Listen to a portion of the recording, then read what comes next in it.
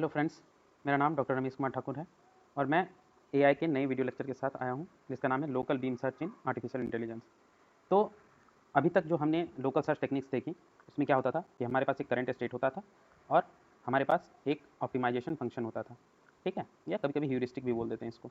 उसके बेसिस पे हम क्या करते थे, नेक्स्ट स्टेट को इवेलुएट करते थे। अगर वो नेक्स्ट स्टेट करंट स्टेट से बेटर होता था तो हम क्या करते थे, करंट स्टेट को नेक्स्ट स्टेट को ही करंट स्टेट बना लेते थे, ठीक। और इस तरह से हमेशा एक स्टेट को ही हम मेमोरी में रखते थे और फिर एक नया नेक्स्ट स्टेट जनरेट करते थे और उसे एवेलुएट करते थे और चेक करते थे कि ये इससे बेटर है कि नहीं। इस तरह से हम प्रोग्रेस करते थे लोकल सर्च में, ठीक है। तो एक टाइम पे हम जस्ट वन स्टेट को ही मेमोरी में रखते थे, ठीक है, ताकि हमारा जो स्पेस कॉम्प्लेक्सिटी है वो कम से कम रहे।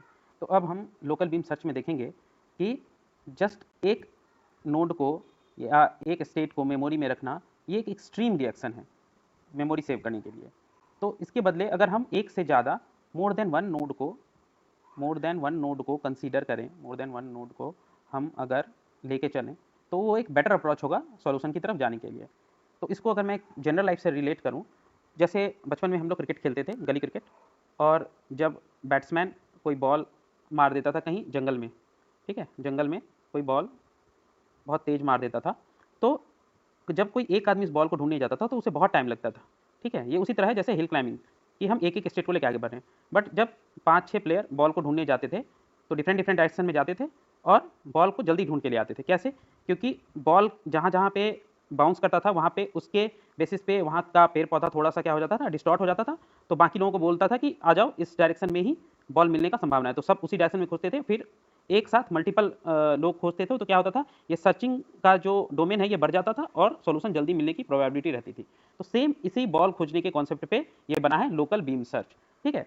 तो यहाँ एक सिंगल बीम की जगह एक पूरा हम एक एरिया कवर करते हैं, ठीक है, जैसे टॉर्च मारते हैं ना, तो एक एरिया कवर करते हैं और इस एरिया में एक से ज़्यादा करंट स्टेट को लेकर चलते हैं ताकि हम सॉल्यूशन तक जल्दी पहुंच पाएं, ठीक है। और इसमें डिफरेंट स्टेट के बीच इंफॉर्मेशन पासिंग भी होती है कि मान लो किसी एक को मिल रहा है कि इस डायरेक्शन में सॉल्यूशन मिलने की प्रोबेबिलिटी ज़्यादा है, उसे ऐसा लगा, तो बाकी भी उस डायरेक्शन के पास ही आके फिर सॉल्यूशन खोजने की कोशिश करेंगे, ठीक है। तो चलिए इसको थोड़ा डिटेल में देख लेते हैं।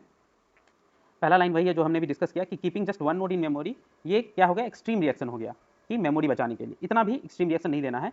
तो लोकल बीम सर्च कहता है कि हम एक स्टेट की जगह के स्टेट को मेमोरी में रखें तो ये बेटर है, ठीक है। तो हम क्या करेंगे, हर एक स्टेट पे कि के स्टेट जनरेट करेंगे, के बेस्ट स्टेट जनरेट करेंगे और फिर ये चीज़ तब तक करते चलेंगे जब तक कि गोल मिल नहीं जाता। मतलब मान लीजिए ये एक ट्री है, स्टेट स्पेस ट्री है, ठीक है, और इसमें ये सोर्स है और ये गोल है, ठीक है। मान लीजिए इसके 3 चाइल्ड है, सबके 3-3 चाइल्ड है, ठीक है, इसके भी 3 चाइल्ड। तो हम बेस्ट एक एक स्टेट ना लेके हम क्या करेंगे, बेस्ट दो दो स्टेट लेके अगर चलेंगे, तो सपोज ये दोनों बेस्ट स्टेट है तो हम इस दोनों को चेक करेंगे। फिर हर एक लेवल पे हम दो दो बेस्ट स्टेट लेके चलेंगे। इस फर्स्ट लेवल पे इन तीनों में से दो बेस्ट लेके चलेंगे, सेकंड लेवल पे 1 2 3 4 5 6 में से कोई दो बेस्ट लेके चलेंगे। तो उस तरह से हमारा सॉल्यूशन मिलने का जो प्रायोरिटी है वो ज़्यादा हो जाएगा, ठीक है। तो यही कहता है कि हर एक लेवल पे के बेस्ट सक्सेसर को लेके चलना है और तब तक रिपीट करना है इस प्रोसेस को जब तक कि गोल अचीव नहीं हो जाता, ठीक है। तो अगर हम इसे कंपेयर करें कि random restart hill climbing search से, तो हमें ऐसे देखने में लगेगा कि ये के रैंडम रीस्टार्ट हिल क्लाइंबिंग जो है पैरेलल में चल रहा है, वैसा ही काम कर रहा है लोकल बीम सर्च, जहां के बेस्ट स्टेट को लेके हम चल रहे हैं, क्या। बट एक्चुअल में ऐसा है नहीं। एक्चुअल में होता क्या है, रैंडम रीस्टार्ट सर्च में हर एक प्रोसेस जो है अपना इंडिपेंडेंटली रन करता है और वो दूसरे स्टेट के साथ कोई इन्फॉर्मेशन शेयरिंग नहीं करता है। बट लोकल बीम सर्च में ऐसा नहीं होता है। यूजफुल इन्फॉर्मेशन जो है वो पास होता है एक स्टेट से दूसरे स्टेट में, ताकि बाकी स्टेट भी उसी डायरेक्शन में सर्च करे जिस डायरेक्शन में गोल मिलने की संभावना सबसे ज़्यादा होती है, ठीक है। तो ये एल्गोरिदम जो है वो क्विकली अबेंडन कर देता है अनफ्रूटफुल रिचेज को, सर्चेज को, और उस डायरेक्शन में रिसोर्सेज को लगाता है जहां सबसे ज़्यादा प्रोग्रेस हो रहा हो, ठीक है। अब जब इसका थोड़ा सा एग्जाम्पल देखेंगे तो ज़्यादा अच्छे से क्लियर होगा। एक दो और चीज़ें देख लेते हैं कि लोकल बीम सर्च में कभी कभी ऐसा भी होता है कि मान लीजिए लैक ऑफ डाइवर्सिटी हो जाती है। क्यों लैक ऑफ डाइवर्सिटी हो जाती है? क्योंकि अगर एक मान लीजिए के स्टेट में दो स्टेट लेके चल रहे हैं हर एक स्टेट पे, और किसी एक को बेटर मिला, फिर तो उसका ही फिर दोनों ऑप्शन दिखाया जाएगा। फिर इस तरह से अगर हम करते चलेंगे तो ऐसा हो जाएगा कि एक ही डायरेक्शन में कभी कभी कॉन्सेंट्रेट हो जाता है सर्च, ठीक है। तो ये कुछ कुछ केसेस में expensive version of hill climbing बन जाता है। तो इसीलिए एक वेरिएंट लाया गया है बीम सर्च का, लोकल बीम सर्च का, जिसको कहते हैं स्टोकास्टिक बीम सर्च। ये क्या करता है, स्टोकास्टिक हिल क्लाइंबिंग की तरह काम करता है। ये बोलता है कि हमेशा के बेस्ट सक्सेसर को लेके नहीं चलना है, इंस्टीड ऑफ चूजिंग बेस्ट के successor from the pool of candidate successor, ये बोलता है कि के रैंडम सक्सेसर को लेकर चलो। मतलब जरूरी नहीं है कि एक हर एक लेवल में मान लीजिए 3-3 नोड हैं, ठीक है, तो ये कहता है कि 2 बेस्ट को लेकर मत चलो, इन तीनों में से कोई भी 2 चुन लो, वो बेस्ट हो ना हो कोई फर्क नहीं पड़ता, और इस तरह से आगे प्रोसीड करो, ठीक है। तो ये इसमें क्या होता है, सॉल्यूशन मिलने की संभावना थोड़ी सी और ज़्यादा होती है, क्योंकि कभी कभी जो सॉल्यूशन का पाथ होता है वो ऊपर वाले बेस्ट सक्सेसर में नहीं रहता है, वर्स्ट में रहता है, बाद में जाके वो सॉल्यूशन में कन्वर्ट हो जाता है, ठीक है। तो इसीलिए स्टोकास्टिक बीम सर्च जो है वो के सक्सेसर रैंडमली चुनता है, ठीक है। और ये जो के सक्सेसर रैंडमली चुनता है उसमें भी क्या होता है कि उन सक्सेसर के चुने जाने की प्रोबेबिलिटी ज़्यादा होती है जिनकी वैल्यू अच्छी होती है। कौन सी वैल्यू? ऑप्टिमाइजेशन फंक्शन की वैल्यू, ठीक है। तो ऐसा नहीं कि सबसे घटिया वाला ही उठा लेंगे। अगर 5 ऑप्शन है, 5 ऑप्शन है, ठीक है, या हम ऐसे कहें कि 5 सक्सेसर हैं, 1 2 3 4 5, इनमें से हमें 2 बेस्ट चुनने हैं। 2 बेस्ट वो होंगे कि मान लो इसकी ऑप्टिमाइजेशन फंक्शन की वैल्यू है 5, इसकी 10, इसकी 3, इसकी 1, इसकी 15, ठीक है। तो हम देखेंगे कि जो जो जिसकी वैल्यू ज़्यादा है उसकी प्रोबेबिलिटी ज़्यादा, ठीक है। इसको हम इसकी वैल्यू के हिसाब से प्रोबेबिलिटी दे देंगे। जैसे 15 वाली की प्रोबेबिलिटी कितनी दे देंगे? 15 वाली की प्रोबेबिलिटी दे देंगे 15 1 16 3 19 10 29 5 34, तो टोटल 34 हो गया। तो 34 का 15 कितना परसेंट है? इट्स अराउंड 45% के आसपास, तो इसकी प्रोबेबिलिटी 45% दे देंगे। 10 की प्रोबेबिलिटी कितनी हो जाएगी? अराउंड 30% के आसपास, ठीक है, 32% के आसपास, इसकी प्रोबेबिलिटी 32%, इसकी हो जाएगी अराउंड 14% के आसपास, ठीक है। तो इस तरह से प्रोबेबिलिटी दे देंगे ताकि जो बेटर है उनके चुने जाने की पॉसिबिलिटी ही ज़्यादा रहे। तो ये एक तरह से कैसा सिमिलर हो गया है? ये हो गया है जैसे नेचुरल सिलेक्शन होता है ना, process of natural selection. Darwin साहब ने एक थ्योरी दी थी कि सर्वाइवल ऑफ द फिटेस्ट, तो इसमें जो जो ज़्यादा फिट है उनके सिलेक्शन की पॉसिबिलिटी ज़्यादा हो जाती है, तो उससे भी रिजेंबल करता है स्टोकास्टिक बीम सर्च। चलिए अब एग्जांपल्स देखते हैं।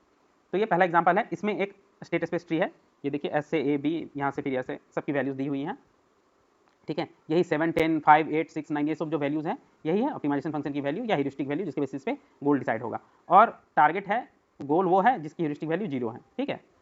तो ये कैसे सॉल्व करेंगे हम देखिए। तो जब भी लोकल बीम सर्च का क्वेश्चन दिया रहेगा तो हमारे पास ह्यूरिस्टिक वैल्यू दी रहेगी, या कभी कभी हम निकाल भी सकते हैं। जैसे एनक्विन प्रॉब्लम में ह्यूरिस्टिक क्या होती है? एनक्विन प्रॉब्लम में एक फेमस ह्यूरिस्टिक होती है number of attacking pairs, h is equal to number of attacking pairs. तो हमें कभी कभी काउंट भी करना होगा कि यहाँ अटैकिंग पेयर कितने बनने हैं, तो वही ह्यूरिस्टिक होगा, ठीक है। और यहाँ इस जैसे प्रॉब्लम में जैसे दिया हुआ है, ठीक है, या ह्यूरिस्टिक फंक्शन बोला रहेगा कि यही ह्यूरिस्टिक है, तो आपको काउंट करना पड़ेगा या खुद से कैलकुलेट भी करना पड़ सकता है। तो देखिए हमेशा 2 चीज़ दी रहेगी लोकल बीम सर्च में। पहली चीज़ के की वैल्यू कि कितने बेस्ट सक्सेसर चुनने हैं, के की वैल्यू दी रहेगी, और दूसरी एच की वैल्यू, ह्यूरिस्टिक की वैल्यू या ऑप्टिमाइजेशन फंक्शन की वैल्यू, जिसके बेसिस पे हम जो के बेस्ट सक्सेसर हैं चुनेंगे। तो देखिए इसको कैसे हम सॉल्व करते हैं। सबसे पहले इटरेशन 1 में क्या लिखेंगे? हम 2 क्यू बना लेंगे, एक क्यू का नाम रखेंगे ओपन और एक का नाम रखेंगे क्लोज। तो सबसे पहले हम स्टार्ट कहाँ से करेंगे? एस से। तो एस को हम क्लोज में रख देंगे, सबसे पहले क्लोज में एस रहेगा, और ओपन में क्या होगा? के इज इक्वल टू 2 है, यहाँ दिया हुआ है, तो 2 बेस्ट सक्सेसर, तो एस से तो 2 ही ऑप्शन ही है, तो बेस्ट का क्या बात है, इसी दोनों को लेकर चलेंगे ए और बी को। तो ओपन में भी ए और बी है, ठीक है, ओके। तो अब ए बी से जब हम नेक्स्ट स्टेप पे जाएंगे तो ये ए बी क्या चला जाएगा? ओपन से चला जाएगा क्लोज में। तो अब क्लोज क्या हो जाएगा सेकंड इटरेशन में? एस ए बी, ठीक है, एस ए बी चला गया क्लोज में, और हम रख रहे हैं उसी सिनेरियो में जैसे जैसे उसका वैल्यू है उसी में। एस के बाद जो वैल्यू है 7 है, उसके बाद 10 इस तरह से रख दिया। एस ए बी चला गया क्लोज में, और ओपन में क्या बच गया? इसके बाद इसके नेक्स्ट लेवल में 2 बेस्ट। तो देखिए एक 5 है, एक 8 है, एक 6 है और एक 9 है। तो इन चारों में 2 बेस्ट कौन सा है? मतलब 2 कम वाले, क्योंकि हमें 0 की तरफ जाना है ना, तो हम 2 कम वाले। तो एक 5 है कम वाला, एक 6 है कम वाला, तो सी और ई जो है अब ओपन में चले जाएंगे। तो देखिए ओपन में आ गए सी ई, और क्लोज में एस, और ये जो पहले ओपन वाले थे अब क्लोज में आ जाएंगे, एस ए बी क्लोज में चले गए।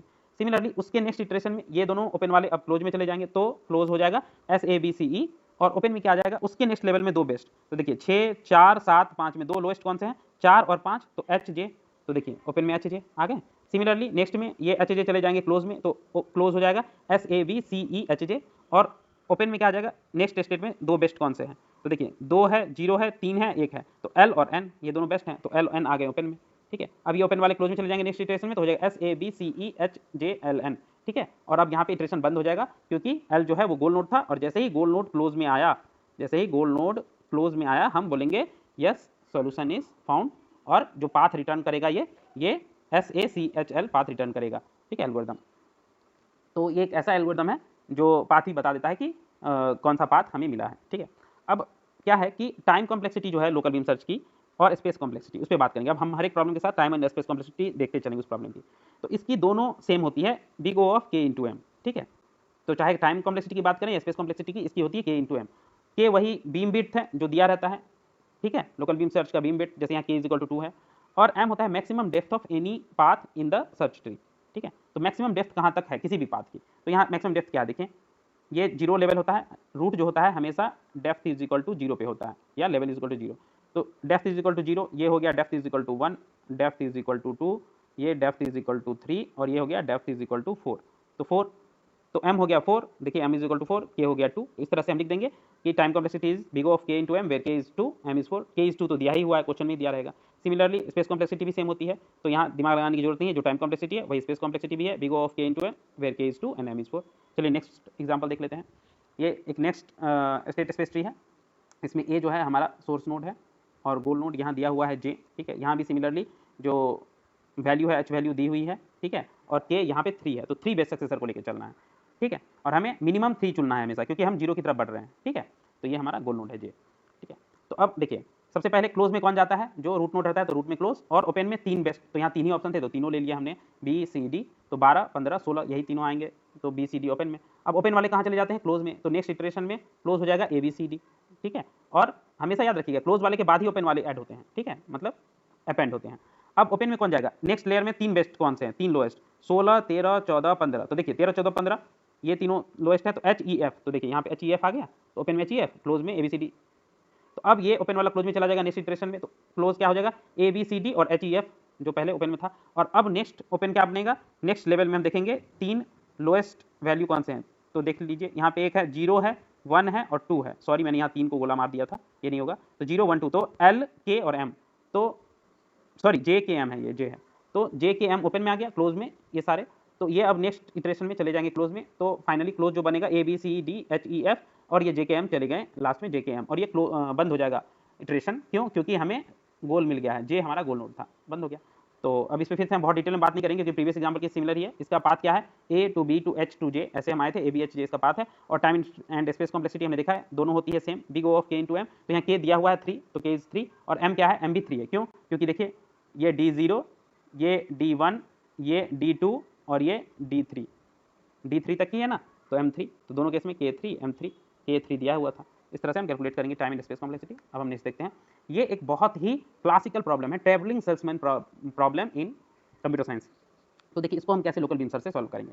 तो बेसिकली पहले इस प्रॉब्लम को थोड़ा समझ लेते हैं। ये प्रॉब्लम क्या होता है कि जैसे सेल्समैन होता है ना, सेल्समैन का क्या होता है कि वो अपने घर से निकलता है और अपने कंपनी के जहाँ पे उसका ऑफिस रहता है वहाँ जाता है, वहाँ से उसे एक एरिया दिया रहता है, इस एरिया में मान लीजिए बहुत सारे घर है, इतने सारे घर है, तो उसको कहा जाता है कि आप जाओ और आपको सारे घर को विजिट करना है, ठीक है, और फिर घूम के फिर आ जाना है यहाँ से, सॉरी यहाँ से यहाँ पे अपने उस ऑफिस में, और ऑफिस से फिर वो अपने घर चले जाता है।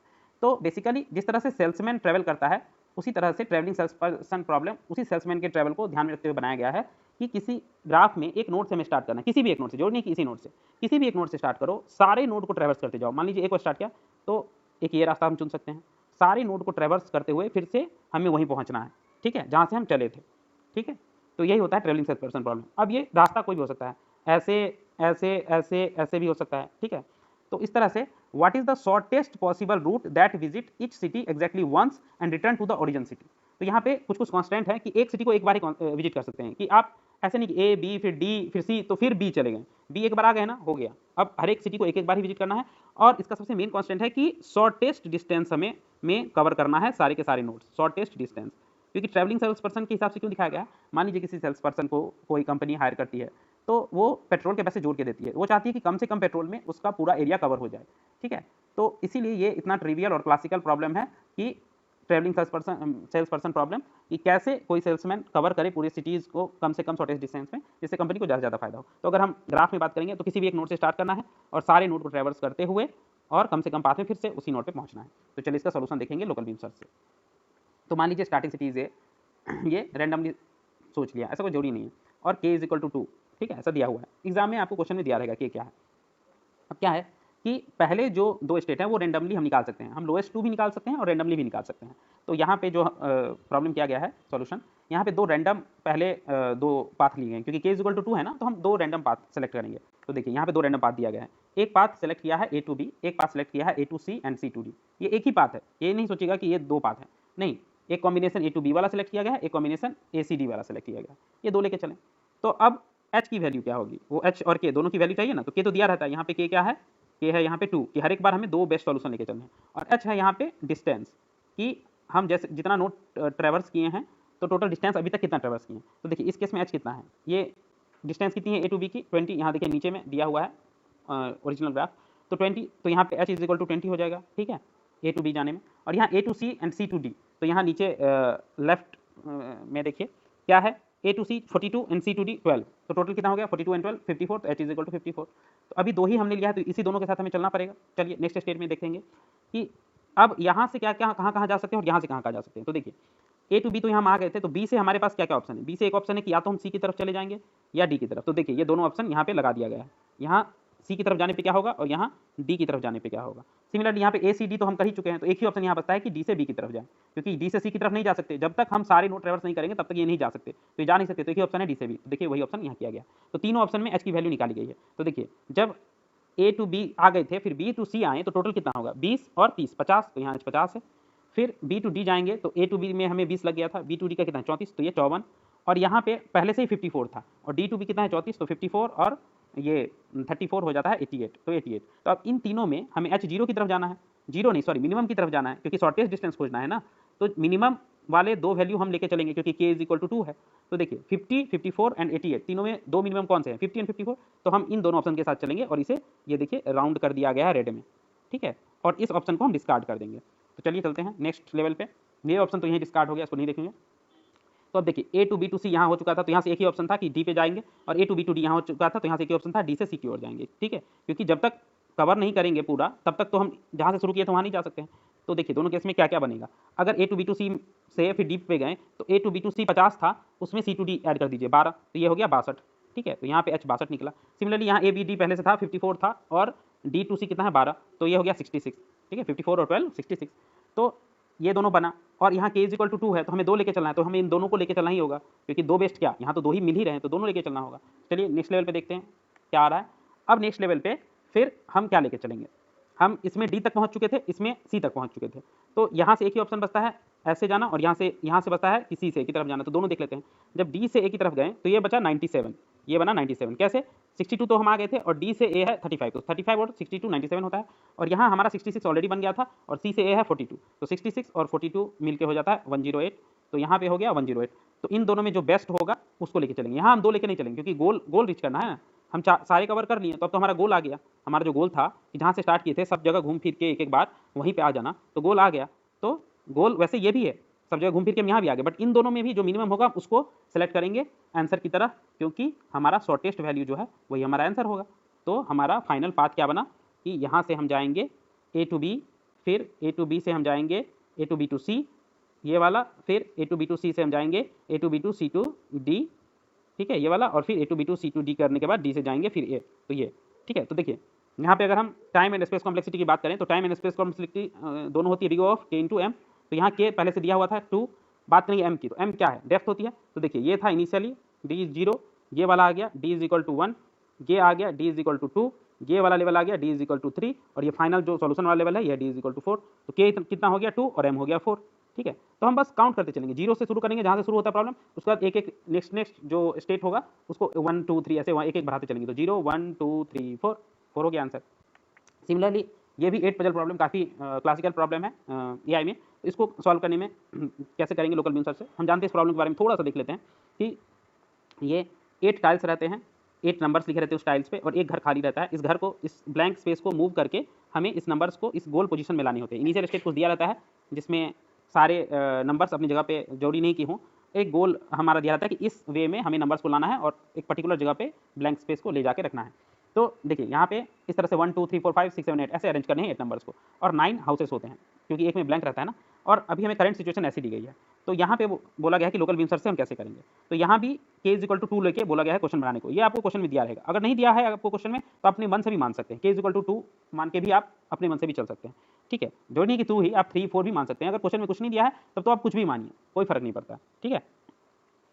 तो ये हम k इज इक्वल टू 2 लेके यहाँ पे बोला गया बनाने के लिए, और h यहाँ पे बोला है total number of misplaced number of tiles, तो यही होता है इसका ह्यूरिस्टिक कि कितने टाइल अपनी ओरिजिनल जगह से मिसप्लेस हैं, उसी को बोलते हैं h। तो देखिए जैसे 1 अपनी जगह पे है, यस, गोल से मैच करते हैं, 2 भी अपनी जगह पे है, यस, 3 जो है यहाँ होना चाहिए बट यहाँ है, तो ये एक मिसप्लेस, 4 जो है यहाँ होना चाहिए बट यहाँ है, तो दूसरा मिसप्लेस, 5 जो है यहाँ होना चाहिए बट यहाँ है, तीसरा मिसप्लेस। 8 नीचे होना चाहिए बट यहाँ है, चौथा मिसप्लेस। 6 जो है अपनी जगह पे है, ओके। 7 जो है यहाँ होना चाहिए बट यहाँ है, तो पाँचवा मिसप्लेस। तो 5 मिसप्लेस है यहाँ पे। तो देखिए इसी तरह से हम कैसे सॉल्व करेंगे। यहाँ पे देखिए h = 5 है ना, क्योंकि 5 मिसप्लेस है। और यहाँ देखिए क्वेश्चन में दिखाया गया है कि जो मिसप्लेस टाइल है ना वो रेड कलर से दिखाए गए हैं। तो हम अब नेक्स्ट स्टेट जनरेट करेंगे और देखेंगे कि कैसे हम k = 2 लेके बेस्ट 2 सक्सेसर जनरेट करके सॉल्यूशन तक पहुँचते हैं। और हमारा यहाँ पे गोल होता है h = 0 तक पहुँचना, क्योंकि नंबर ऑफ मिसप्लेस टाइल 0 होंगे तभी तो सॉल्यूशन मिलेगा, सब अपनी जगह पे आ जाएंगे। तो देखिए यहाँ से 3 ऑप्शन है। इधर हम नहीं जाएंगे, हम हमेशा ब्लैंक को मूव करते, इधर नहीं जाएंगे। क्यों? क्योंकि ये तो ऑलरेडी अपनी जगह पे है। जो मिसप्लेस है वहीं जा सकते हैं, एक यहाँ जा सकते हैं, एक यहाँ जा सकते हैं। और याद रखिएगा हमेशा इस जो ब्लैंक स्पेस है इसको हॉरिजॉन्टली या वर्टिकली ही मूव कर सकते हैं, डायगोनली मूव नहीं कर सकते हैं, ऐसे मूव नहीं कर सकते। तो 2 ही ऑप्शन है, या तो ऊपर लेके जाएंगे ब्लैंक को या राइट में लेके जाएंगे। तो देखिए ऊपर लेके जब जाएंगे तो h क्या बनेगा 5, क्योंकि यहाँ नंबर ऑफ मिसप्लेस्ड ये रेड में दिए हुए हैं 5 है, तो h 5। और यहाँ अगर हम राइट में लेके चले गए ब्लैंक को, तो जिधर भी लेके जाएंगे वो नंबर घसक के ब्लैंक की तरफ आ जाएगा। देखिए ना, यहाँ ऊपर ले गए थे तो 5 ऊपर से नीचे आ गया था, यहाँ राइट में ले जाएंगे तो 7 घसक के इधर आ जाएगा। ठीक है, मतलब साइड होके खिसक के। तो यहाँ पे h4, क्योंकि यहाँ पे 4 ही रेड है।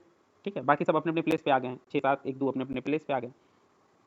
तो यहाँ k = 2 है, तो हमें दोनों लेके चलना पड़ेगा। बेस्ट 2 का क्या, 2 ही ऑप्शन ही है। नेक्स्ट में देखते हैं इन दोनों से फिर जब यहाँ से क्या क्या ऑप्शन है। यहाँ भी जा सकता है, यहाँ भी, क्योंकि ये तीनों रेड हैं, तीनों मिसप्लेस है। और यहाँ क्या क्या ऑप्शन है, यहाँ पे बस एक ही ऑप्शन है यहाँ। तो टोटल 3 और यहाँ पे 4 ऑप्शन हम लेके चल सकते हैं। बट देखते हैं कि करके जनरेट करके कि कहाँ कहाँ जाने पे कितना कितना होता है। तो अगर इधर चले जाते हैं, लेफ्ट में लेके चले जाते हैं, तो h हमारा 4 आता है, यहाँ पे 4 ही मिसप्लेस मिलते हैं। अगर हम इसको यहाँ लेके चले जाते हैं, देखिए नीचे लेके क्यों नहीं गए हैं, क्योंकि अभी जस्ट हम नीचे से ही ऊपर आए हैं, तो इस वाले को कंसीडर नहीं करेंगे हम, एक लेफ्ट वाला एक राइट वाला कंसीडर करेंगे। तो जब राइट में लेके आएंगे तो मिसप्लेस्ड 5 हो जाते हैं। ठीक है, और ये 5 है यहाँ पे लिखा हुआ, यहाँ पे 4 है। ठीक है, कट गया। और यहाँ पे देखिए अगर इसको ब्लैंक को यहाँ पे ऊपर ले जाते हैं तो 8 नीचे आ जाता है, तो यहाँ मिसप्लेस्ड जो है 3 हो जाता है। तो बेस्ट 2 कौन से हैं, क्योंकि k = 2 है, बेस्ट 2 लेके चलना है। तो h = 3 जो एक है और h = 4, ये दोनों लोएस्ट 2 हैं। इसको हम क्या करेंगे, डिस्कार्ड कर देंगे इस ऑप्शन को, क्योंकि हमें बेस्ट 2 ही लेके चलना है। उसके नेक्स्ट लेवल पे देखिए क्या होगा कि ये जो दोनों जो बेस्ट 2 हमें आए थे, यहाँ से फिर फर्दर क्या क्या ऑप्शन है। यहाँ एक ही ऑप्शन है ऊपर जाने का, देखिए। और यहाँ पे क्या ऑप्शन है, यहाँ पे एक ही ऑप्शन है लेफ्ट में जाने का। तो दोनों के पास एक ही ऑप्शन है, इसको लेके तो हम चलेंगे ही नहीं, क्योंकि बेस्ट 2 में आता ही नहीं था। तो इन दोनों का एक एक ऑप्शन हम जो कर सकते हैं करके देख लेंगे। यहाँ पे जब हमने किया तो h = 3 हो गया, और यहाँ जब हम इसको लेफ्ट ले गए तो h = 2 हो गया। ठीक है, हम दोनों को लेके चलेंगे क्योंकि k = 2 है, और बेस्ट 2 का क्या मतलब, जब 2 ही बचा है तो 2 ही लेके चलेंगे। अब नेक्स्ट लेवल पे देखते हैं क्या होगा। यहाँ से ये दोनों जब हम आगे लेके चले थे 4 और 3 वाले, तो फिर क्या हुआ था।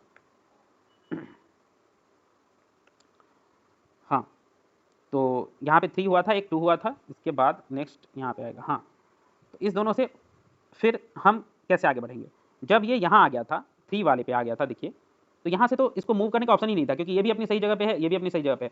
तो मूव क्यों करें, ये यहीं पे कट गया। एकमात्र ऑप्शन बचा h = 2 वाले को लेके आगे चलने का। ठीक है, तो यहाँ h = 2 वाले के साथ ही जाएंगे, क्योंकि इसके पास जगह ही नहीं है। इसके पास तो जगह है एटलीस्ट इधर लेफ्ट में मूव करने का। तो इसको लेके जब हमने लेफ्ट मूव करवाया तो हमारा h = 1 हो गया, और 2 ऑप्शन ही नहीं है, तो 2 हम लेंगे कैसे।